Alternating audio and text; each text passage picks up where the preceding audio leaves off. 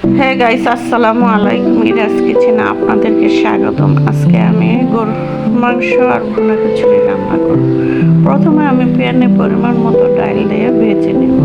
ভেজে নেওয়ার পরে নামিয়ে নিয়ে এরপরে চালে ডালে পরিমাণ মতো নিয়ে প্যানে পরিমাণ মতো তেল দিয়ে পেঁয়াজ দিয়ে ব্রেস্তা করে নেব। এরপরে ধুয়ে রাখা চালগুলো দিয়ে দিব।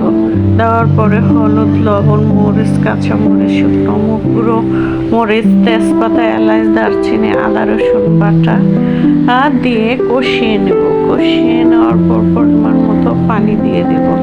পানি দেওয়ার পরে একটু নেড়ে চেড়ে আমি ঢাকনা দিয়ে দেবো। আমার খিচুড়ি রান্না হয়ে গেছে গাইস।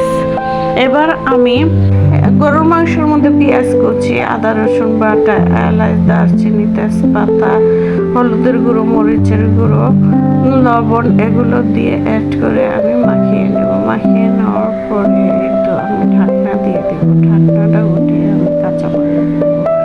রান্না হয়ে গেলে আমি জিরার গুঁড়ো অ্যাড করে দেব। এই তো আমার রান্না হয়ে গেছে গাইস। আমার রান্নাটা কেমন হয়েছে কমেন্টে জানাবেন। ততক্ষণ পর্যন্ত ভালো থাকুন, সুস্থ থাকুন।